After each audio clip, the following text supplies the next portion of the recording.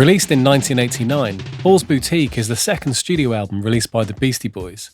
Its recording was a groundbreaking process, led by audacious sampling, innovative production and fearless embrace of eclecticism. The result was an album that not only redefined the Beastie Boys, but also helped revolutionize hip-hop. By the late 1980s, the Beastie Boys were at a critical point in their career. Their debut album, Licensed to Ill, had been a commercial smash, making them the first rap group to top the Billboard 200 charts. However, the album's success came with a price. The Beastie Boys were often dismissed as frat boy provocateurs, and their association with Def Jam and Rick Rubin's rock-centric productions overshadowed their genuine love for hip-hop and their creative potential. But a chance meeting with two like-minded hip-hop fanatics would eventually give them that outlet.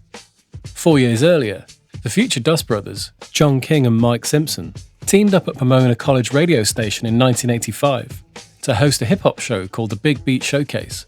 Under the hip-hop guise of Easy Mike and Kid Gizmo, the pair continued to develop their DJing skills, eventually leading to making their own music. Their early setup involved a Roland F10 to sample vinyl loops onto a 4-track reel-to-reel recorder. This music caught the attention of Tone Loc and Delicious vinyl owner Matt Dyke.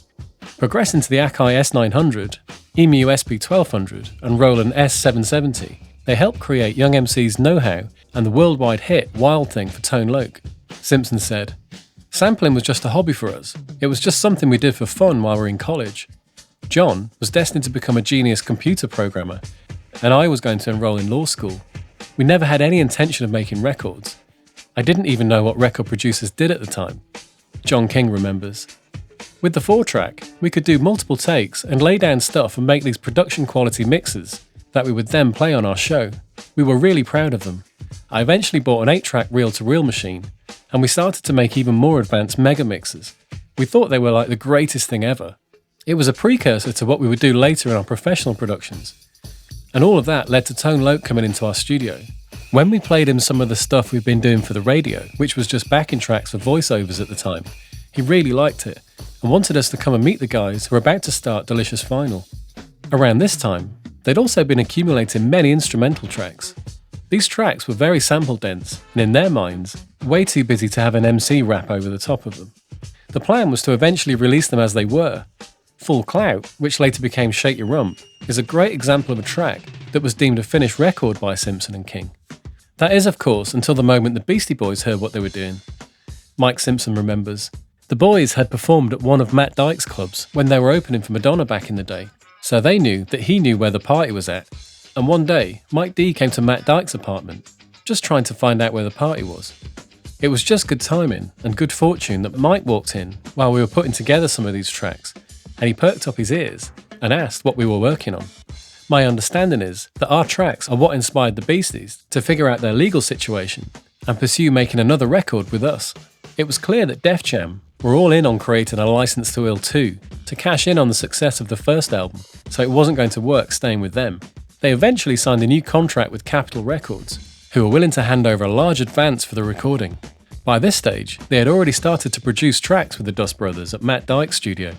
Back then, it wasn't exactly a studio in the traditional sense, more his actual apartment on Santa Monica Boulevard, with a bunch of samplers, an early IBM PC, and a Soundtracks mixing console. This was set up by Mario Caldato Jr., who would later go on to produce the Beasties' next 3 albums. This team were more than capable of creating the album at the apartment, but Capitol were concerned that their investment should be given the full treatment, which includes the top studios, Mike D said. "So we booked the record plant, redoing the stuff we'd already done at Matt's apartment. We'd retrack every loop and scratch, redid our vocals, tweaked everything on their giant SSL console, ran stuff through their expensive outboard gear. But after we got through a couple of songs, Shake Your Rump and Car Thief, we listened to what we'd done and realised that what we had at Matt's apartment was better. Some of the new vocals were stronger, but overall we were disappointed. We went more pro, but lost some of the grit. So did we cut our losses and go back to Mike's apartment? Nope, we doubled down on our bad idea by deciding to record at some other big LA studios, on the off chance that they had some magic essence that the record plant was missing. These studios included the famous Westlake, where Michael Jackson had recorded Thriller, so they didn't come cheap, with Capitol fronting hundreds of thousands of dollars for the recording in the end," Mike Simpson said. We actually did all of Paul's Boutique on an Emax HD sampler, which was mono, 12-bit, and had 22 kHz sample rate. And the sequencer we used for Paul's Boutique was a very primitive software called Texture, created by a guy named Roger Powell. This is when computers had no proper user interface. It was basically just a bunch of letters and numbers across a green screen. These letters and numbers allowed them to trigger the samples precisely via MIDI to construct these dense layers, John King said. So we went in and we did Shake Your Rump and one other song. That was the first time we were in a real studio. Before that, we were DIY, using our IBM PC to control a sampler with like 4 seconds of memory, with of course 2 turntables. So being in a real studio was a real shock to us. We didn't know what to do with that stuff, so we were laying down our tracks and looping them and cutting and scratching one track at a time. These elaborate collages, however, would go on to add a considerable amount to the production cost of the record in the end, with the clearance fees alone racking up to $250,000. They really made the most of what they could get away with at the time, including sampling the normally untouchable Beatles for The Sound of Science, with When I'm 64, Back in the USSR, and the drum fill for the end. In response to a potential lawsuit, Ad Rock said, "Wow, there's nothing cooler than being sued by the Beatles." Perhaps the most ambitious track on the album is B-Boy Bouillabaisse, a 9-minute medley that serves as the album's closing statement.